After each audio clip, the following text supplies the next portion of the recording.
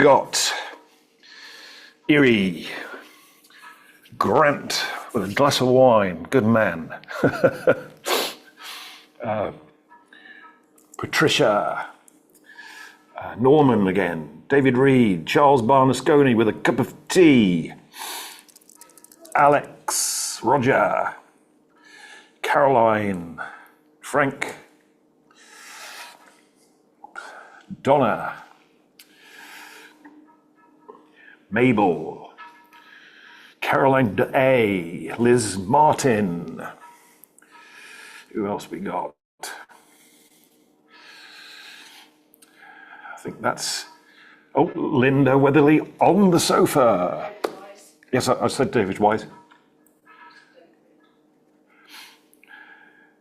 We've got somebody who wants to come in.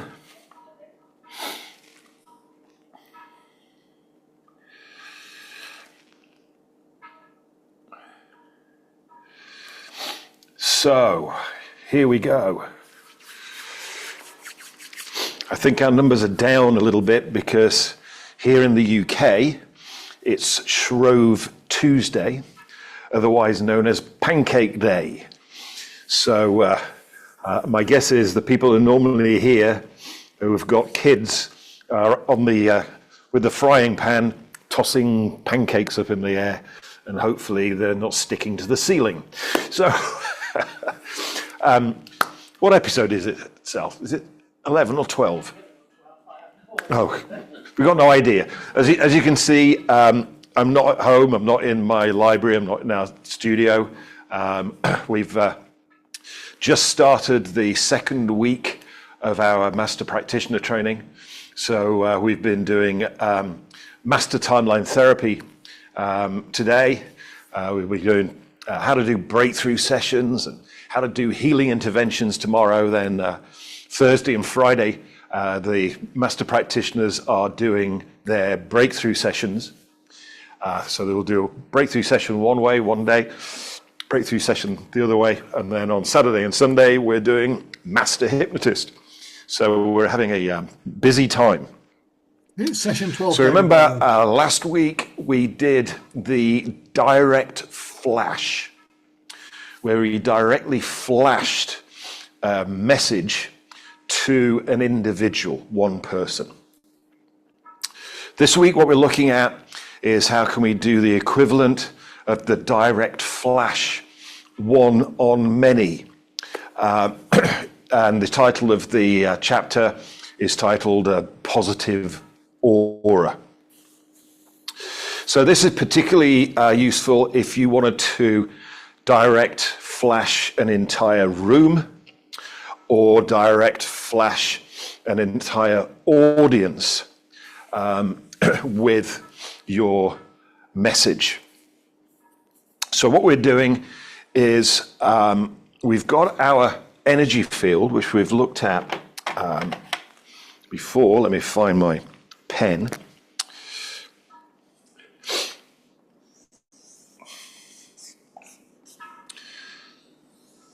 So we've got the energy field around us, which some people call a chi ball. So obviously I'm drawing it here. This is two-dimensional. Obviously in reality, it's three-dimensional. And we've got the energy or the mana inside of us. And then what we're going to do is put that energy, that mana outside of us. So there's two things we want to look at here. Firstly, how big do we want this to be?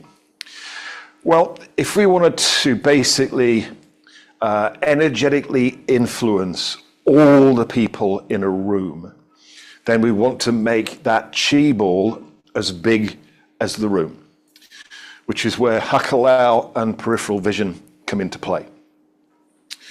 So what we'd want to do is, if you imagine being in a room, if you're standing in a room, there's two corners of the room in front of you, there's two corners of the room behind you, there's the floor, and there's the ceiling. So what we want to do is go into Hakalao so that our awareness is in all four corners of the room, floor to ceiling. Now your mana, your personal magnetism fills the entire room. We'd do the same thing if we were speaking, presenting to a large audience. So when you're on the stage, this is the way that I do it. I'm on the stage. I put my awareness in the two back corners of the room. I'm aware of the two corners of the room behind me. I'm aware of the floor, and I'm aware of the ceiling. So your energy flows where your attention goes. My attention is in the entire room, floor to ceiling. So that's how we project our personal magnetism into the entire room. Now we've got to think of, what do we want to direct flash into the room? So what I want to think about is, what kind of quality do you want to, or qualities do you want to imprint upon your personal magnetism? So they could be like qualities of courage, qualities of love, qualities of safety, qualities of nurturing, qualities of motivation.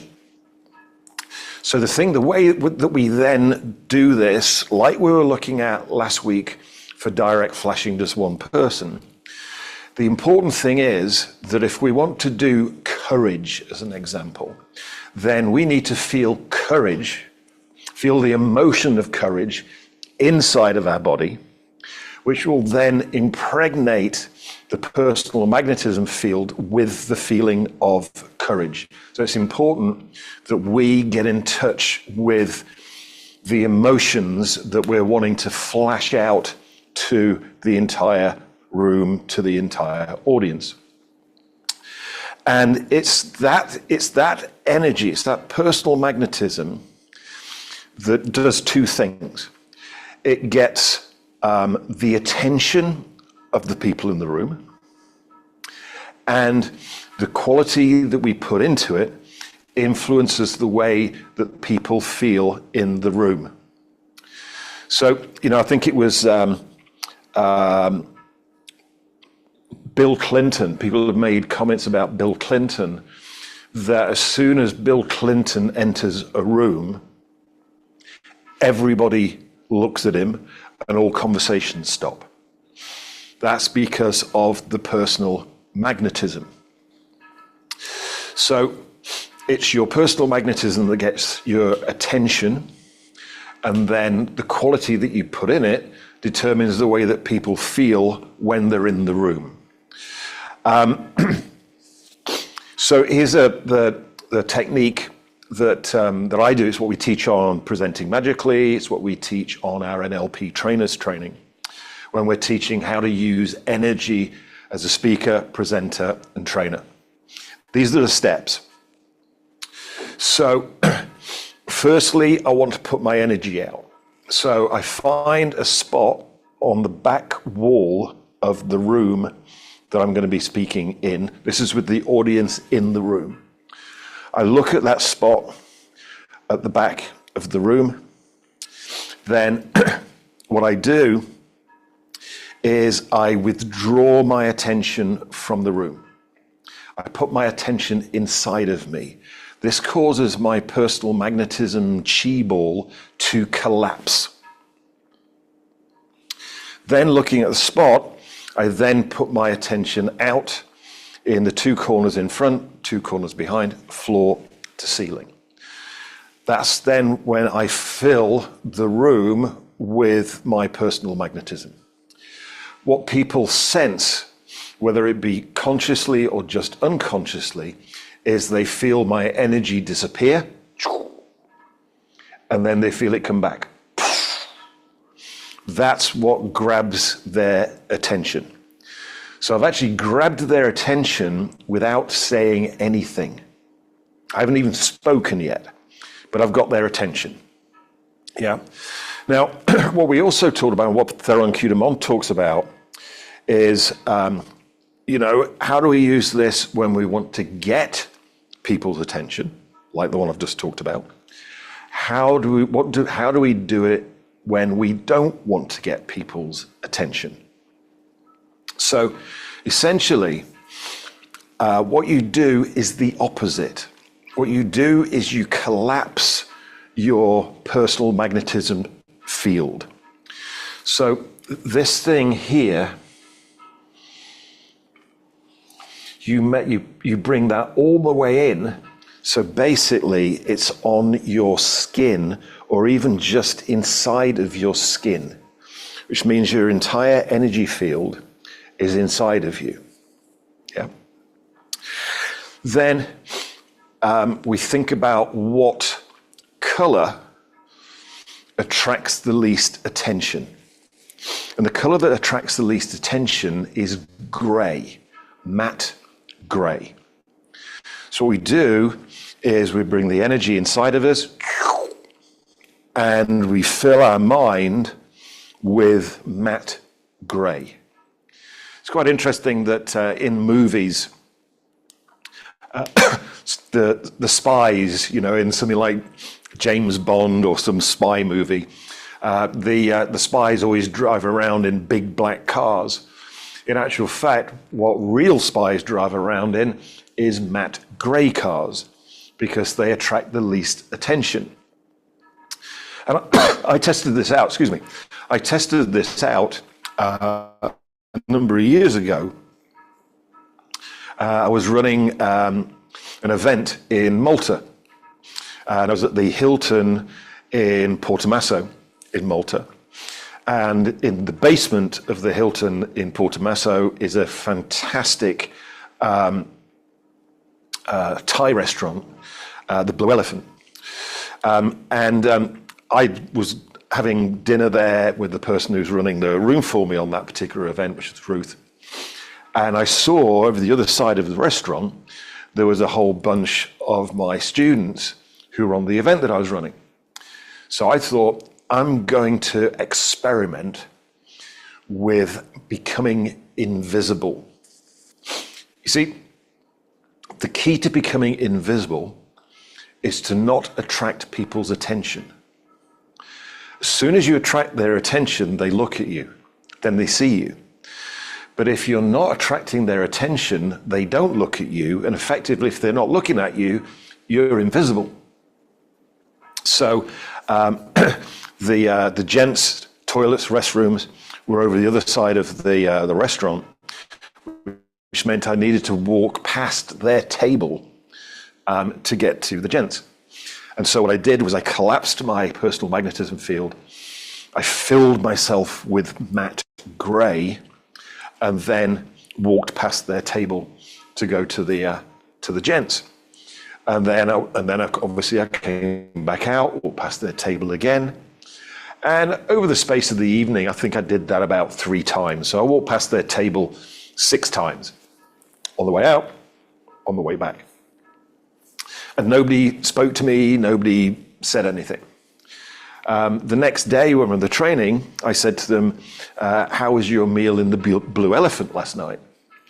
And they said, how did you know we were in the Blue Elephant? I said, because I was in the Blue Elephant. They said, well, where were you? We didn't see you. And I said, well, I walked past your table 6 times over the space of the evening. But as far as they were concerned, I wasn't there in the restaurant. So that's how we can grab people's attention with our positive aura, and also how we can avoid people's attention by doing the opposite. That's what Theron Q Dumont talked about. Quite a short chapter this week. So that's the content there, and the actual how to do it. Yeah. So if you have any questions, please put those questions in the chat, and then Sally will manage the questions for us. John Owensby has a conversation.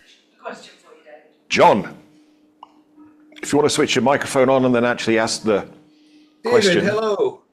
Okay, my question is, this is an amazing This is an amazing idea. Okay, collapse down into the gray, walk by. Can't hear you, John. Oh.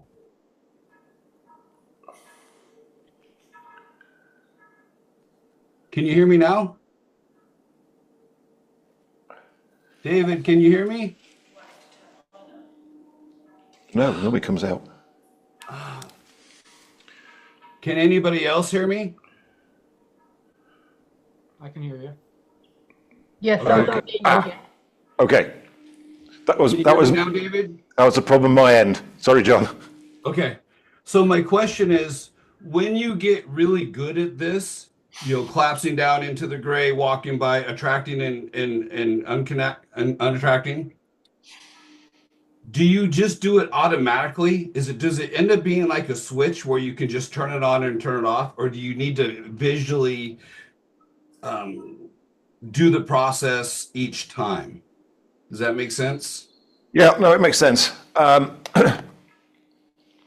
mean, my kind of like regular state of being is to have my energy out in the entire room because of, what I do. I'm speaking, presenting, training, maybe definitely more than 200 days out of the year.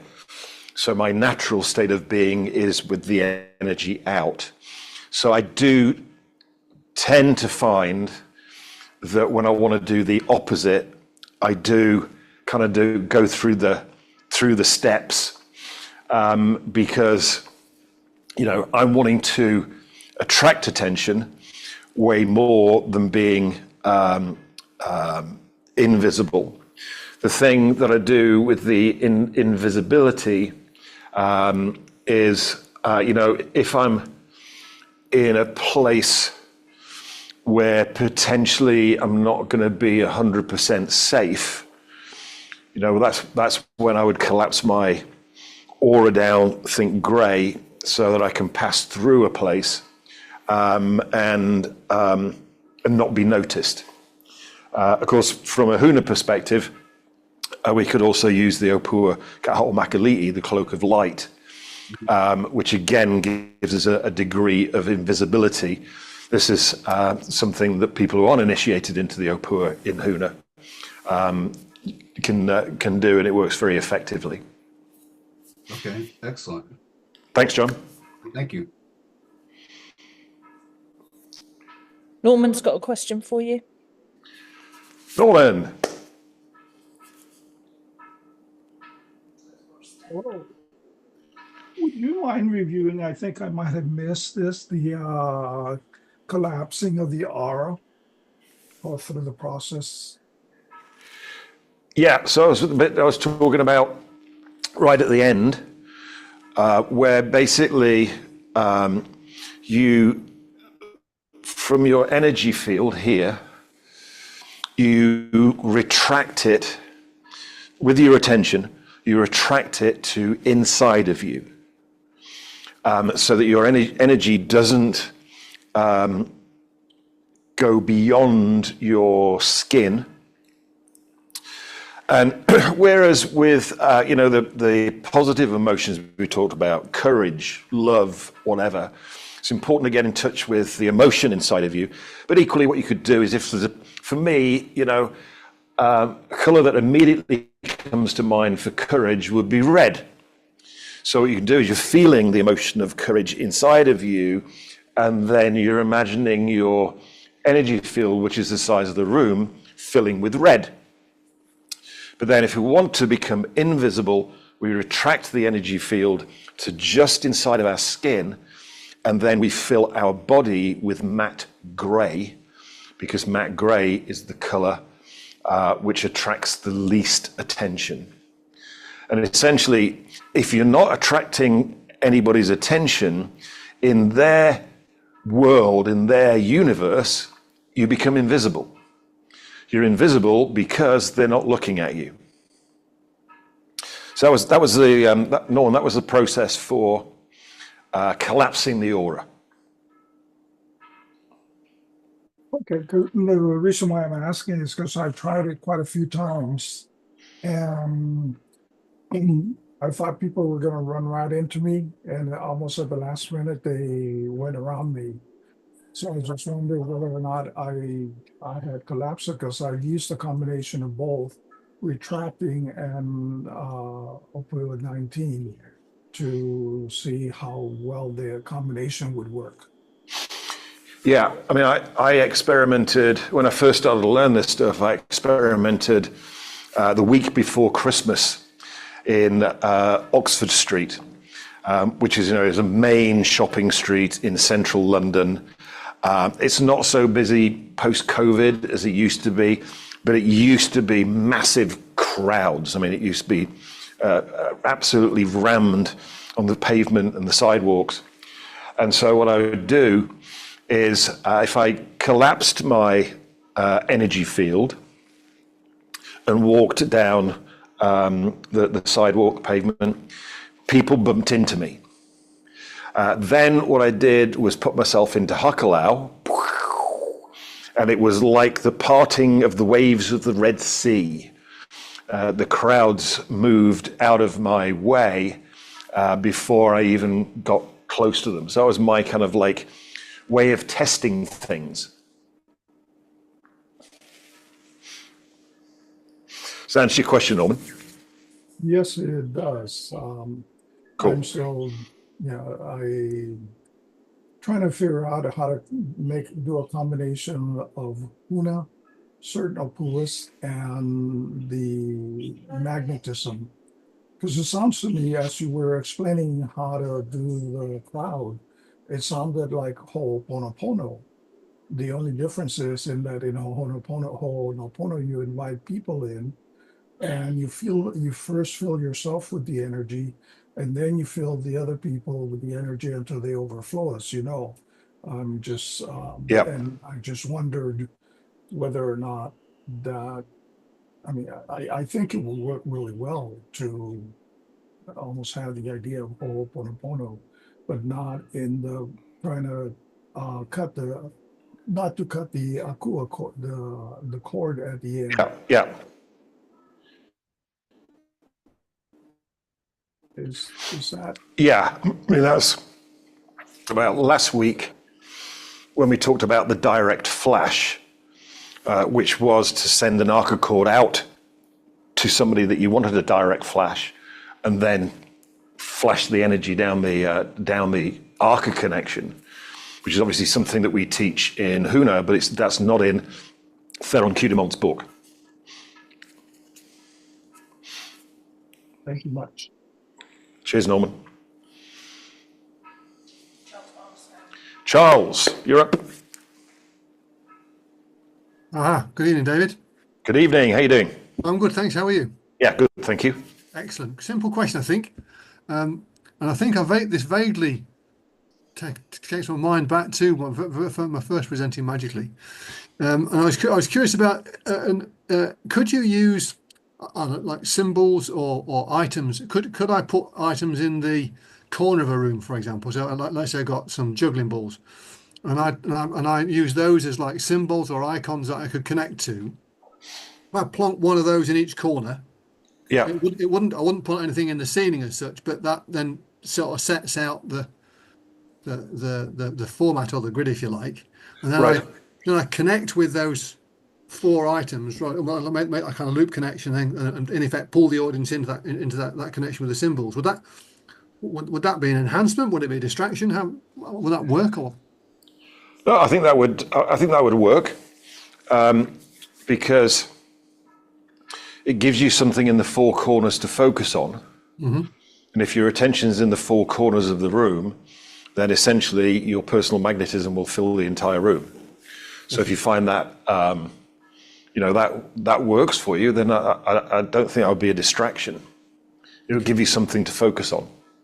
And would you still be able to I'm presuming you'd still be able to disconnect in the same way? So if I'm withdrawing from the audience, I don't need to move the icons, if you like. I can collect those up later. Just in effect withdraw my attention.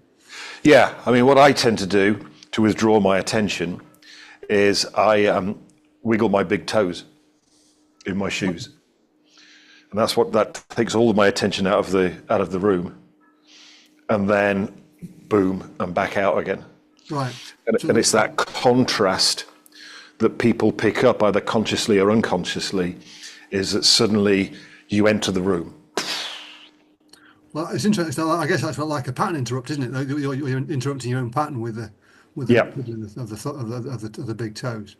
It's interesting, isn't it? Because one of the exercises during training is when you get people to mirror match each other that haven't done it before, so they get into rapport, and then you ask them to. Then you say, well, I'll give you a signal of some form when you mismatch and disconnect. Yep. And then you rematch afterwards, and it's the contrast between the two that makes people realise just how powerful that is. Yeah. You go, oh, hang on a minute, it felt so different when the tension or connection was broken compared to how it was when connection was strong and working well. So I guess similar principle. Yeah, I mean, we do two exercises that we do around that. One is, and this is particularly if I've got quite a large group, I divide the group into two. And, A's and B's, and A's have got the task of building rapport with their partner until they hear me cough, and then they break rapport. Yeah. And then they rebuild rapport when they hear me say 1 minute left to finish the exercise. And then the other people are tasked with eliciting a state in their partner, which obviously requires building rapport. And the way I time the cough is when I hear the volume of the conversations go up in the room, because that means people have successfully built rapport, then I go, and suddenly it goes, poof. Yeah, as the rapport disappears, which is then, and then obviously we want them to finish in rapport again. And it is a stark contrast as to what it's like to be in rapport and not in rapport. Yeah. Another exercise that I do is I have them find something with their partner that they agree about, and to discuss what they agree about whilst mismatching each other's physiology. Yeah. And the second half of the exercise is to find something that they disagree about, discuss their disagreement whilst being in rapport.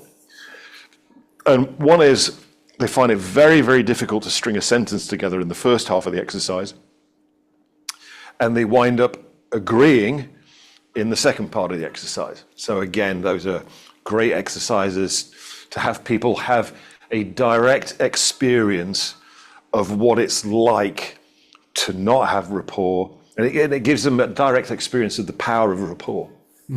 Yeah, particularly in negotiation. Cool. Thanks, David. Yep. Cheers, Charles. Liz Martin. David, Hi.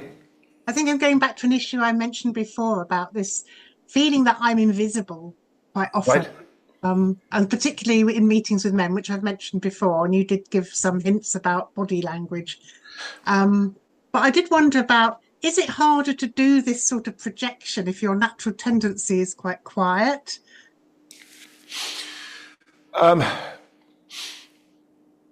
Well, I mean, because it's energetic, you can actually project your personal magnetism or manner into a room without saying anything. Because one of the things that we do on presenting magically is, I've already talked about the process of finding a spot on the wall, withdrawing your attention, then bringing your attention out. But one of the other things that we do on presenting magically is we work with people so that they are totally comfortable in front of an audience, not moving and not saying anything. Because again, what that does is it creates a vacuum. And nature abhors a vacuum. So what happens is if you create a vacuum by not moving, by not saying anything, people get sucked into it. So then when you say something, they get sucked in, then you say something, it's really boom. You grab their attention. So the thing to think about, Liz, would be, do you have some limiting beliefs about not being visible or about being invisible? Do you have some beliefs about whether it's okay to be visible? Because if you've got a belief that it's not okay to be visible, then that's what you'll create. Yeah, sure. So I'd work on those, and particularly, you said it's particularly with a male audience or male group. And check with your unconscious mind. Is it okay with your unconscious mind for you to be visible to men? I think that is the secret. I think that I've often thought I don't put my head above the parapet Right. in case I get shot down. Yep. Yep, that'll do it.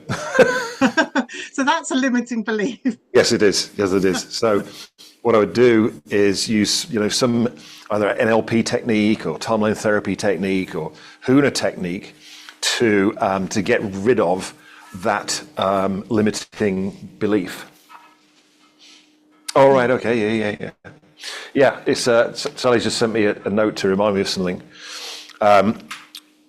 When I used to teach Huna in Hawaii in the mid-90s, we'd always open with a traditional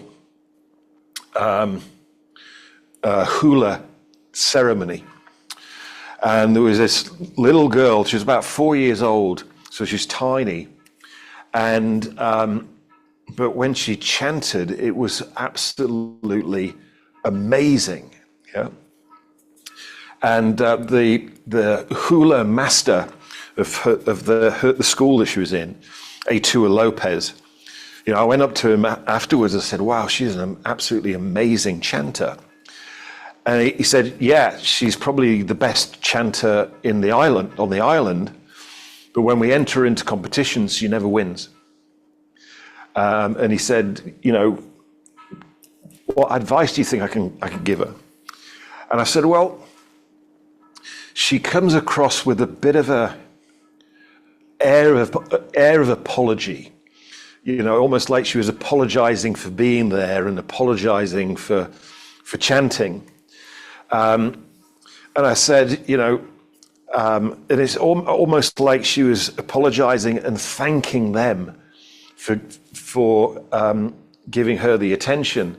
I said it should be the other way around. The audience should be thanking her. So I said, the trick to that is for her only to start when she has everybody's attention. And I would go out every 6 months. So I'm going out 6 months later. We're on the lawn of the hotel outside, just by the Pacific. Got about 100 students there. And she walks out, and a lot of my students are talking. But she just stood there, didn't do anything, didn't move, didn't start chanting. Gradually, the conversations petered out until there were just a few conversations taking place, to the point where I was, as the Kubu, I was going to go up to these students of mine and tell them to shut up, to be honest with you, because it was being disrespectful. But anyway, she just stood there, still didn't do anything. Then all the conversations stopped, and she still didn't do anything. And I was in, Hakalau, as I live in Hakalau, and what I saw was 100 people all lean forwards at the same time. And she still didn't do anything. And then she started chanting. And it was like, boom. And I mean, I'm just thinking about it now, as the hairs on my arm go on end, just like they did, in the mid-90s. And she was only little. She was probably like, by this time she'd be about 5 years old. But the power that she had, and I went to a tour at the end, and I went like, whoa, what did you do to her since I was here last time? And he said, I just did what you suggested. And it made a massive difference about, her being there for them rather than them being there for her, if that makes sense. Yeah, that's encouraging. Brilliant. Good. Thank Thanks, you. Liz. Thanks for your question. Adrian, Hi, David. Good evening, everybody. how's your sleep going? It's better than last week, thank you. So what I wanted to ask is if you can do this technique with recorded video, pictures that you take of yourself, or texts that you write, and how would you go about it? So the answer to your question is yes. Because, when we talk about personal magnetism, we're talking about energy. And energy transcends time and space. Yeah. So, for instance, we've got people all around the world on this Zoom call, but I'm sending my energy out to everybody who's on this Zoom call. But equally, this Zoom call is being recorded. So there'll be people watching this later on after I've edited the video. So this is really around your beliefs about energy, about it being, it'll go wherever you put your attention. And it can also travel into the past. It can also travel into the future. Because, if you've ever watched Star Trek, you know about the space-time continuum, right? So without time, there is no space. Without space, there is no time. And yes, so you can do the same thing with recorded videos, with live videos, and you can do it with photographs. The ancient Hawaiians, when the missionaries arrived, the Caucasians arrived, etc., and then cameras arrived, the ancient Hawaiians wouldn't let people take their photograph because they believed the camera would steal their soul and steal their energy. So yes, you can put your energy, you can put your mana into a photograph if you're doing a photo session. How would you do it with a written text? Because there's something I noticed up to several months ago. The texts I was putting out, writing online, were fairly successful. But then there was a sudden drop. And I know there are algorithms and changes in social media. Putting myself at cause at the same time, I want to go around them and still make the kind of impact that I'd like to make. So I was wondering if there's a way you could magnetically impress on a text. Is it just about putting yourself in that state while you're writing it, or I don't know, putting symbols on it? So, if you're sending a text or a message to an individual, then what you can do when you send the message, like an email, for instance, you could do a direct flash with the email to the person you're sending it to. If you're sending it out to a collective, then what I would do with that would be something more akin to the astral marketing technique that we did in the final episode of The Spiritual Entrepreneur, which is where essentially you could be sending out your energy, your message to people that you don't even know at this point in time. People that you don't know, but they know you. Yeah, that's how I do that one. Okay, great. Thank you.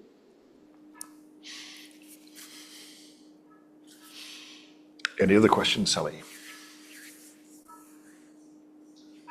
Donna's got a statement. Donna, statement. Donna, do you want to make your statement? It was just a message to Sally, and I Oh, said that when I send an invoice to a client, I attach a particular OPUA to it so that they pay me quickly. I Right. attach obviously a whole because I want them Yeah. to pay me quickly. Yeah, that's Yeah. all. It was Cool. just a statement to Sally. Yeah, no, good one, Donna. Yep. Any other questions?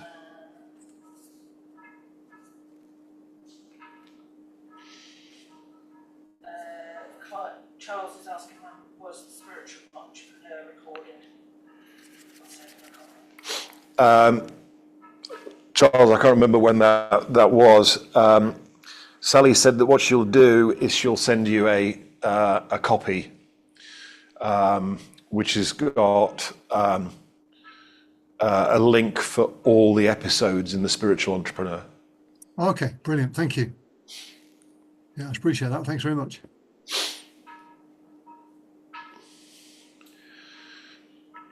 Any others, Sally? Sorry? No more questions. Great. Well, thanks for joining me wherever you are in the world, whether it's evening like it is here, or morning or afternoon, or whatever, depending on where you are geographically. As I mentioned before, I really do appreciate you taking the time to be here on the live, because we get so many comments about how great your questions are for the people who watch the recording. So that's brilliant. I don't have my copy of Personal Magnetism with me because it's in the library at home. So I'm not sure what next week's episode will be. I will be back in my library. I will be back in the studio next Tuesday. But keep an eye on your inbox, because you'll get a reminder for next week's masterclass, and also it'll have in there what the topic is, and some 4 key bullet points, something like that. So keep an eye out for that.